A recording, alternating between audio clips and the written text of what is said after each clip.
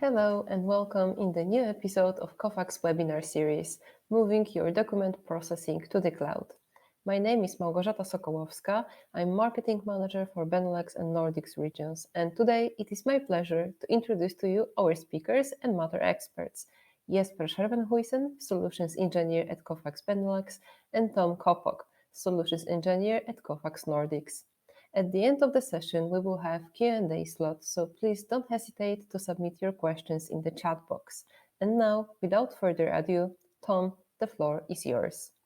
Hello everyone and welcome to today's webinar where we'll be exploring the topic of moving your intelligent document processing to the cloud. My name's Tom Kopok. I run one of the solution engineering teams here at Kovacs and I'm joined today by my colleague Jesper. So in the webinar today we're going to be looking at how to move your document processing or intelligent document processing workloads to the cloud. So we're going to start off exploring why companies are moving to the cloud and some of the benefits that you can gain over traditional deployments in self-hosted data centers. We'll explore how you can make a business case internally to justify that migration, and then look at some of the different offerings that are available, or different ways of running these workloads in the cloud, and some of the considerations that you should take into account when choosing the right cloud offering for you. We'll also quickly look at how to link in physical infrastructure. So some of you may be scanning physical documents. So how do you scan locally but still process in the cloud? So we'll look at how we can link that together.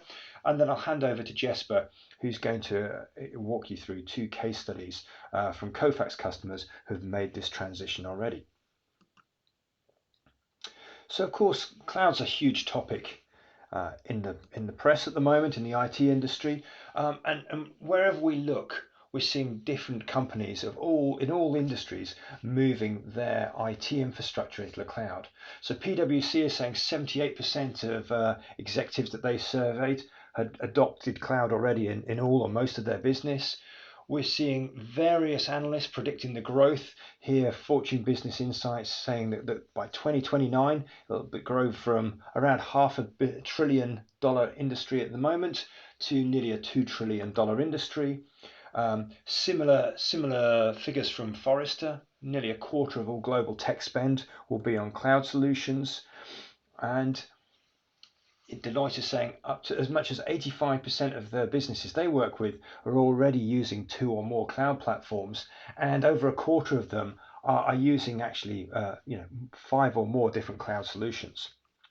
So why are so many companies choosing to invest in the cloud and move their computing a solution and applications into cloud infrastructure? So there's a huge number of very compelling reasons why companies would choose to make this transition. So in the cloud, there's capacity on demand. You don't have to wait for servers to be racked up. You don't have to buy the servers, wait for them to be racked up, turned on, installed before you can actually use that capacity. So if your project is fast growing or your digital transformation journey is accelerating, you don't have to wait around for new capacity. You can get that capacity on demand. It's secure, fast, scalable, reliable. So a lot of the infrastructure you need to get a high level of availability is the cost of that's actually shared between multiple clients of the cloud providers. So the actual cost to get a much higher level of reliability of your systems is actually reduced compared to if you host and build that infrastructure yourself. Of course, we live in a world where there's a lot of remote access. Hybrid working is the main probably the main way of working nowadays. So giving employees access to these systems from wherever they happen to work is actually a great advantage. And you've got the cloud provider is continually upgrading and maintaining the latest versions of technology. So it becomes much easier to stay ahead of the curve, access the latest innovations, the latest artificial intelligence and other capabilities that might be available without the overheads of having to do those upgrades and migrations yourself. And there's a lot of other benefits as well. So typically the upfront cost is reduced in cloud environments. You only pay only paying really for what you're consuming, so it's easier to run pilots, to start small and then grow, whereas in a traditional project you have to plan for the eventual scale and spend a lot of money up front to make sure you get there. So this gives you a faster time to value. So because an environment's ready when you need it, you don't have to wait for it to get racked up. You don't have to go through a lengthy internal process to secure that equipment, or a place in the schedule to deploy that equipment. Typically, you get much faster time to value, much more flexibility about how you use those resources. And in terms of overall cost, typically there's fewer in-house IT resources needed, fewer administrators, and people actually managing a data center on your behalf, so that should reduce your overall costs. So there's a lot of reasons why people are looking, and we could probably summarize this, a better experience. So reduced complexities in terms of setting up systems, administration, security, infrastructure. Much easier to scale in the cloud, without hitting any sort of capacity bottlenecks. If you get a peak in demand, you can just dynamically add more capacity into the system to meet that demand. High availability, predictable service levels and uptime, typically at a lower cost than setting those up yourself. And of course, the ease and speed of deployment. So faster time to value with fewer risks and overhead to get there. And as we said earlier, always being on the latest version, or at least always having access to the latest version if you want to use it, without the cost and complexity of planning the migration of your own infrastructure and the upgrade of your own infrastructure. So lots of really good benefits of moving to the cloud. So if you think this could be a journey you want to go on, how would you start to make that business case? How would you start to assess whether there's going to be a good financial return for you if you did move to the cloud? So always start with looking at your current situation. How are we running our systems at the moment? What services do we provide? And what are the challenges that we encounter? So try and look at the costs. So baseline the cost of running your existing systems, but also take into account some of the kind of hidden costs. So obviously there's the obvious things like the hardware that you need, but also there's maintaining the data center or the building that these assets sit in. There's the power, the lighting, the cooling, the cleaning, that's required to maintain that infrastructure. And also look at the sort of capital costs versus the operational expenses.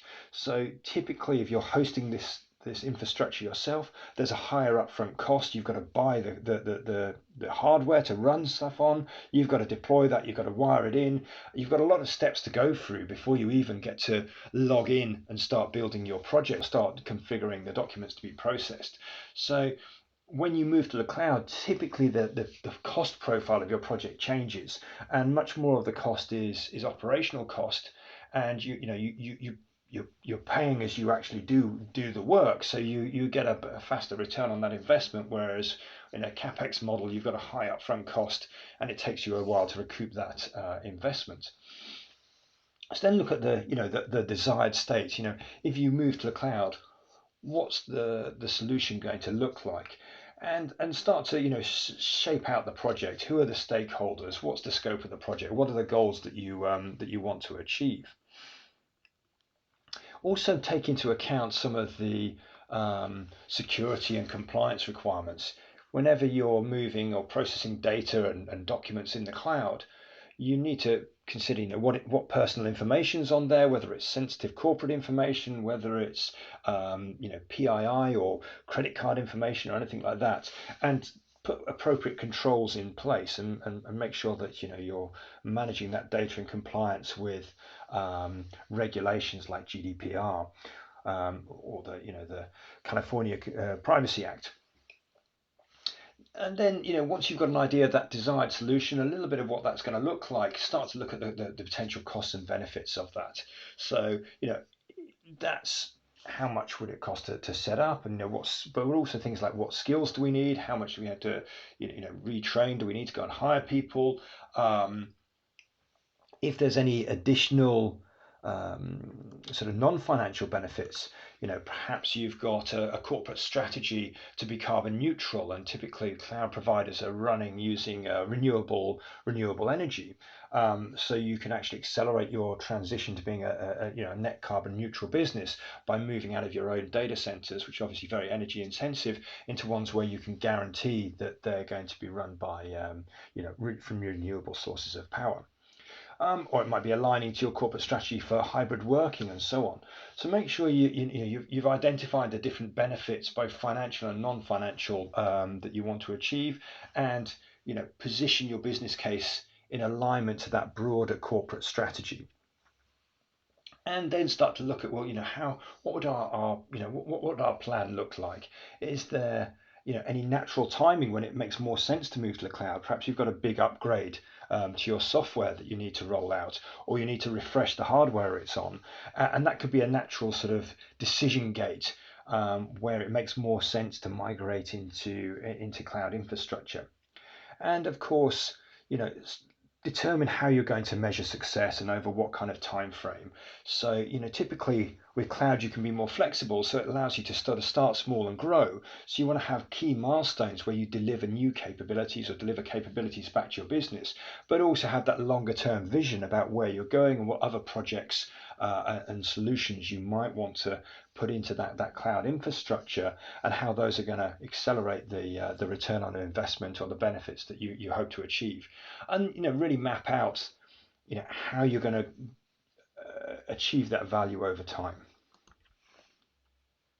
So here I'm not going to talk about this in too much detail, but here's some of the different areas of costs that you might want to take into account. So from the acquisition cost to buying hardware and software licenses, to the running cost of maintaining and supporting that infrastructure, things like training costs, things like security infrastructure and monitoring, as well as obviously personnel costs and how much it costs to to hire the right skill sets that you need.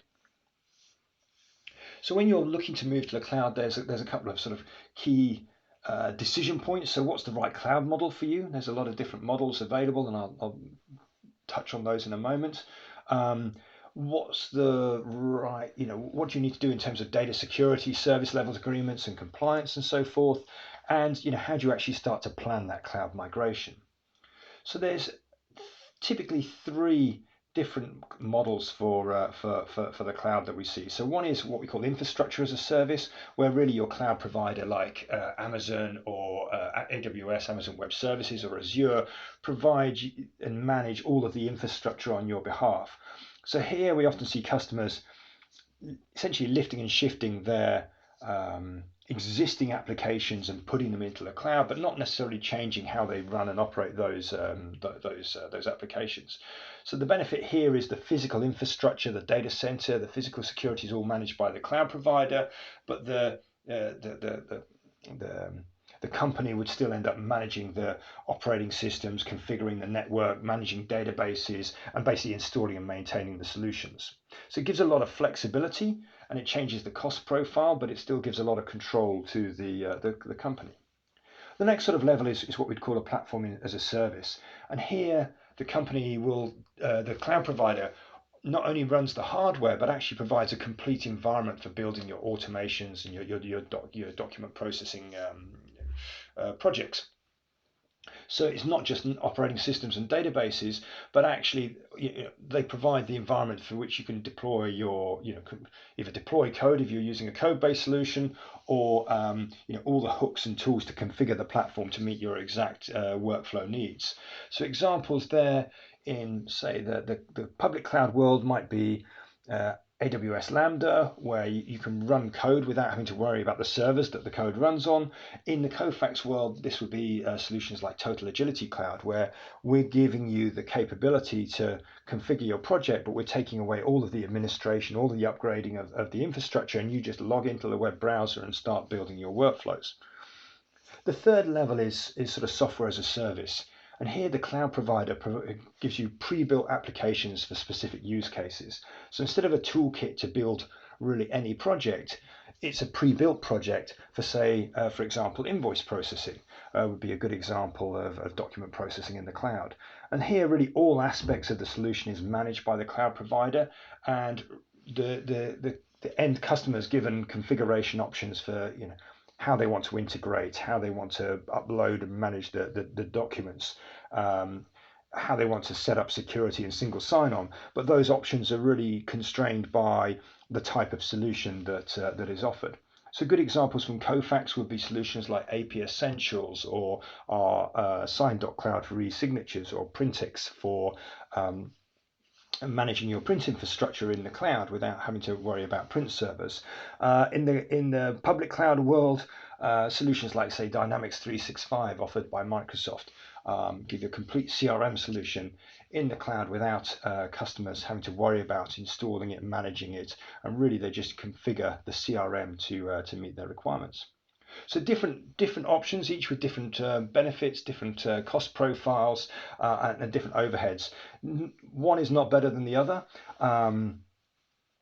It really depends on your project requirements. And in a few moments, Jesper's going to talk through some case studies of customers who've gone down the infrastructure as a service route and moved their existing workload into the cloud. And then we've going to look at a platform as a service example where a customer has moved to use the Total Agility Cloud.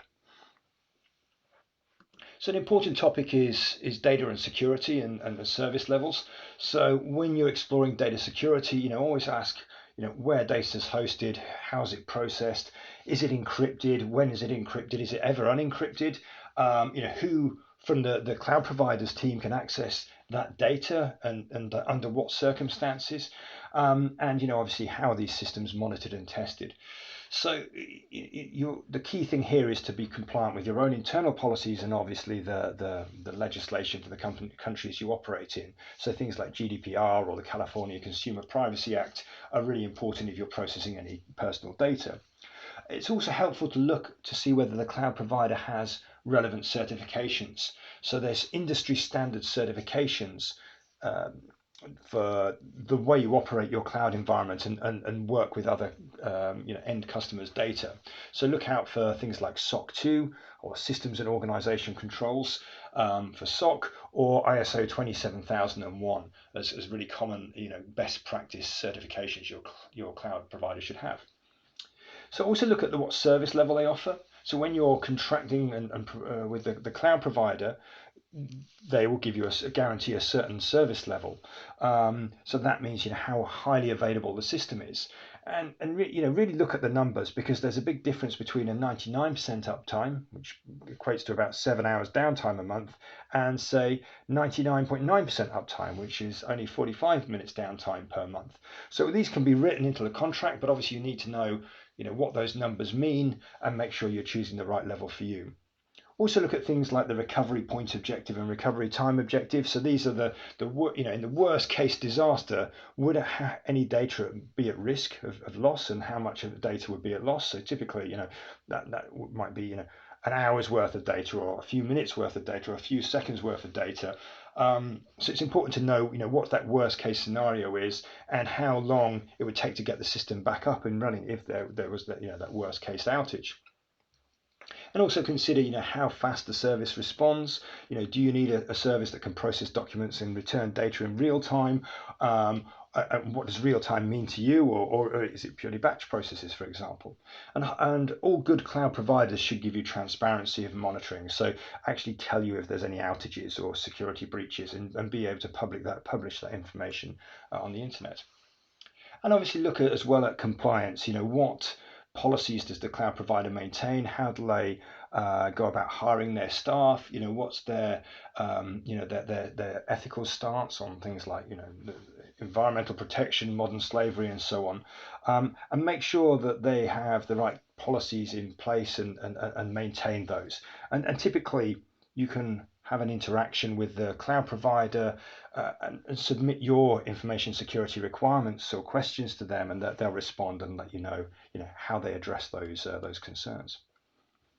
So when it comes to the migration, look at the different milestones in a plan. So there's some really good information out on the internet. So AWS and Azure provide things like the Cloud Adoption Framework, which is really detailed ways to plan your migration into the cloud. But at a high level, make sure you have a clear strategy, make sure you know how success is going to be measured, Put a plan in place with milestones. Make sure you've captured the requirements and they're addressed by your plan. Make sure you've got the right training programs in place, and you're choosing, a cloud provider and an implementation model that meets your requirements. And then when you get into the actual sort of, doing the migration, consider things like, do I need to parallel run with my existing infrastructure to make sure I'm getting the same performance? Make sure you've got a plan to test the resiliency and understand what would happen in the event of a failure, and look at how you operate and govern that platform, and whether you want to do things like continuous deployment of new projects, or whether you're going to have longer release cycles with more lengthy testing, because the cloud offers you a lot of flexibility to evolve the speed at which you drive your transformation program. So you really want to be able to plan for that and account for that, and in the way that you operate and govern your platform to get the best use of that. And finally, when it comes to physical infrastructure, if you're scanning documents, understand, well, what are the sources of those physical documents? How do they get into your system at the moment? Is this high volume batch jobs or ad hoc scans from a multifunctional device in your office, or even a mobile app? If you're doing a lot of high volume scanning, what are the network bandwidths, and what's the reliability of the connections you've got? Will these meet your needs? And as I was saying earlier, do you need real-time capabilities, or is it a fire and forget? And then really scope your solution appropriately. If it's ad hoc jobs, a lot of intelligent document processing solutions are going to provide the ability to scan straight from a web browser and configure how the device captures those documents from the browser. You could also scan straight to cloud storage and then consume it from the cloud storage into your automation platform. Or if it's really high volume, maybe you need a local gateway and local scanning to manage the flow of documents into the cloud. If you're using mobile devices to capture the documents, do you need a dedicated mobile app which controls the capture experience, or can you use a pre-built app which is going to be faster to deploy but offers less flexibility in terms of user experience? So now I'm going to hand over to Jesper, who will talk through some customer success stories, looking in detail at clients of Kofax who have already made that journey into the cloud. Over to you, Jesper. Thanks a million, Tom. And I'm going to dive right in because I've got two great success stories to share with everyone. The first one I want to touch upon is Royal Haskoning DHV, one of the leading international engineering consulting firms, headquarters right here in the Netherlands, and also a very happy Kofax customer. They've been using Kofax Total Agility for document processing, running on-premise for quite a while. And following what you might want to call a corporate mandate, they had to do away with their data centers and move everything to the cloud. Royal Haskoning DHV then worked with our partner DocsPro in determining the right course of action and the right way forward for them. Of course, already being very happy with Total Agility, the option to just take their configuration and migrate that to the Kofax managed Kofax cloud with the Total Agility platform running as a service was essentially a no-brainer. But they still had to do their due diligence. And after a bit, this was a great success for both Royal Haskoning DHV and for DocsPro, and of course for Kofax as well. But they actually decided to write a case study on this whole process. And of course, I understand if your Dutch is a bit rusty, but again, with the magic of modern AI, I'm able to translate that live here for you. And there are some real gems in this article, so I would recommend everyone to give this a read. And then, of course, with the magic of PowerPoint, I'm going to make sure that you can actually follow this QR code and get to the Dutch article, and then you can use your translation service of choice to give it a read, and I would strongly recommend everyone to do that. Okay, well, let's switch gears and let's talk about ABN AMRO, one of the leading Dutch banks, and again, also a very happy Kofax customer for quite some time already. Originally, they started off with Kofax RPA, and that then became the bank-wide enterprise standard for robotics. And after a while, they also selected Kofax Total Agility as the bank-wide enterprise standard for intelligent document processing. And a bit later, they started with Project Apollo. And similar to the story with Royal Haskoning DHV, this was a bank-wide initiative, so the whole organization had to do that. However, in this case, the decision was already made that everything needed to move to Microsoft Azure. And as with all these initiatives, they needed a pilot project, a guinea pig, if you'd let me say that. And they selected Kofax RPA for being that pilot project. So once we were able to move Kofax RPA successfully to the cloud, Total Agility, but also all of the other platforms and solutions and all of the great technology that ABN AMRO uses would follow in Kofax RPA's footsteps. So in this case, the goal was already set, and along the road to that goal, there were a lot of great things to touch upon. Things like containerization, Docker, but also managing those containers maybe with Kubernetes. And of course, Azure then offers that as Azure Kubernetes services, but also things like DevOps, and in extension of that, the whole CI/CD approach was all intertwined with this cloud migration. So it really became a transformative initiative for the whole bank. So what they needed with that pilot project is they needed a guide, and we as Kofax, we picked that up, and we really wanted to make sure that we can help them along the way and act as that guide. And Tom already touched upon the migration process and a bit of the framework thinking that we have in place. What I'd like to talk about is how you can then adapt that to fit your own initiatives, to fit your own corporate strategy, if you will. So this was the approach that ABN AMRO thought about, and you can see indeed step one, lift and shift, just take whatever you have on-prem, move it to the cloud. Step two, make sure that you can already start leveraging a lot of the integrations that you then have. Step three, optimization, start using cloud native capabilities. So in this case, if you're using a database server on one of those VMs that you've migrated, you can then indeed migrate those to, let's say, Azure SQL.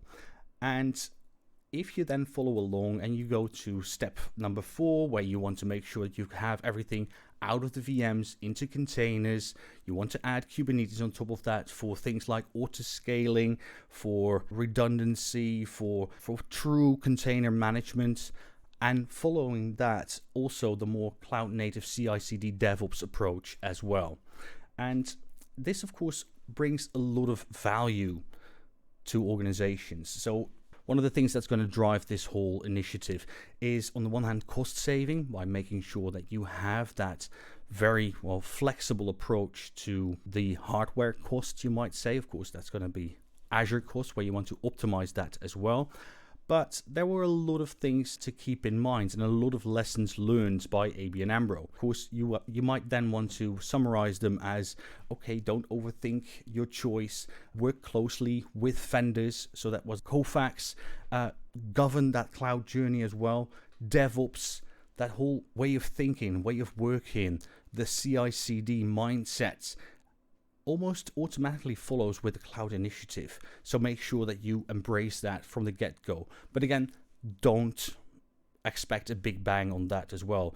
Baby steps first, crawl, walk, run, and make sure that you don't just see a cloud migration as just a lift and shift and that's all. No, make sure that you're able to leverage those cloud native managed solutions, like the example I just talked about for databases. So you might then say, well, this all sounds like a great story, Jesper. Are there any more tips that you want to give us following that success? Well, again, Kofax and ABN AMRO together wrote a white paper on how this whole Apollo project went. for Total Agility and for Kofax RPA, how they moved to their cloud of choice, in this case Microsoft Azure. And again, you're going to be able to download that white paper.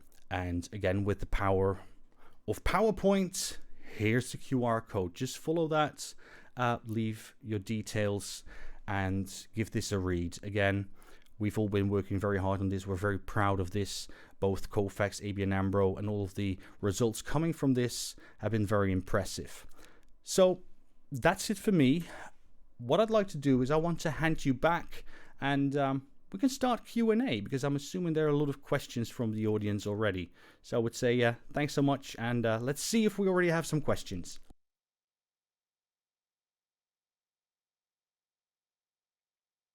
Hey. Hey, Tom. Hey, Jesper. Now we can see both of us. So let's see if we already have some questions. Go in the chat. Let's see. So I've got here, what is your experience running Kofax capture and transformation modules in the cloud? Any recommendations? I'll take that. So I would then say, once you get into that overall approach, I would truly recommend to actually take your KCKTM setup and at the same time migrate that to Kofax Total Agility, as it's cloud native and it's able to then run on the Kofax cloud as well. And please make sure that you work with our professional services teams or our partners in how to best migrate your KCKTM projects, your configuration, and move that to the cloud. I would, that would be my first recommendation. Let's see if we've got other questions. There's a question here about the certifications, right? Yeah, a couple of questions about the Kofax cloud. So one of the questions there is which certifications we have. So we spend a lot of time making sure we've had our cloud operations independently certified to ensure that we're running to the highest standards, and all the information about the certifications that the Kofax pursue is on the Kofax Trust website. So just search on your favorite search engine for Kofax Trust. The primary one. We can go it real quickly if we want. Oh yeah, absolutely. Good idea. If we can switch to my screen, I can actually run you through it. So here you see all of the also not just the certifications, but all of the frameworks that we have in place. So whether you're in the US, where SOC 2 and SOC 3 are of the utmost of importance, of course in Europe it's more the ISO 27001, and we go beyond just that. So I think that this is a great point to start. You can download all the information, even certificates and everything. If you've got any questions, of course, feel free to reach out to us afterwards. And that's just on the main Kofax website. Yeah. So we got another question here about where does the Kofax cloud run for things like data processing. So really that depends on where you're based and what you need. But we offer locations data processing in the EU. So that's in Ireland with backups in Holland. We've got data processing option of using the US. And we've also got options to deploy in Australia for the APAC region as well. So really, it depends on your requirements, but we try and provide a global service there. Absolutely. So I think then we've got another question here. Is this just for documents in physical form, like physical paper, or are other channels also possible? So absolutely. So I think that the best answer for that is, if you start leveraging the Kofax Total Agility clouds, you are able to use all of the channels that the Kofax Total Agility on-prem solution also supports. So if you want to be able to use mobile applications or an HTML mobile website to enable customers, your employees to upload documents, absolutely perfectly fine. Same thing is also true, of course, for processing things like emails, faxes if you still have them. Any of the channels that you want to be able to leverage can be, well, connected to the Colfax clouds. No problems there whatsoever. So we've got another question here. What's the recommendation if you want to do accounts payable automation in the cloud? And here it really depends on depends on your exact project requirements. So Kofax offer a number of different solutions for invoice processing, accounts payable automation. The three primary ones, they're slightly different. So we offer AP Essentials, which gives you a pre-built service for processing invoices and connecting those to your ERP system. So really solving the issue of invoice capture and converting that into data. Very good, fast to deploy. It does what it says on the tin and connects up to a wide range of supported Dynamics, NetSuite, and so on. And it gives you a very fast time to value. So that's our software as a service offering. We also offer something called AP Agility, which is more of a platform as a service. So this is where you've got custom workflows, and you want to maybe do custom integrations, but you've got much more bespoke project requirements, and so you want more flexibility about how you configure that solution. And then the third cloud offering we provide is called Tungsten Network, and this is our network for electronic invoicing and connecting up your suppliers and buyers in a way that doesn't involve any physical invoice or even any PDF invoices. So here you can automatically export your invoices from your system, or even flip a PO into an invoice, and then it manages the exchange of data between the buyers and the suppliers. And that's really good if you want a very high straight-through processing rate. Of course, if there's no documents involved, there's no corrections or chance of errors. So you get extremely high straight-through processing rates, and that's where we've got a large number of global customers, like with very high volumes of invoices, people like Tesco or GSK, who are using that system for their end-to-end e-invoicing needs. So it really just depends on what your requirements are, rather than it being one Yeah. recommendation. You always go with that. Well, and if I may add something to that as well, Tom. So as e-invoicing is becoming more and more relevant for people specifically in Europe, of course, with all of the the government mandates and even the EU wide mandate that's coming in 2025. What we've done as Colfax is we can now offer an APS, so an AP Essentials and Tungsten Network bundle. So you are indeed able to process your invoices right now that you're getting either as paper, PDF, whatever way you want, but you're also ready to address all of the benefits that you just mentioned about e-invoicing, but at the same time also can rest assured that you don't have to worry about those compliance rules and regulations mandates coming up later.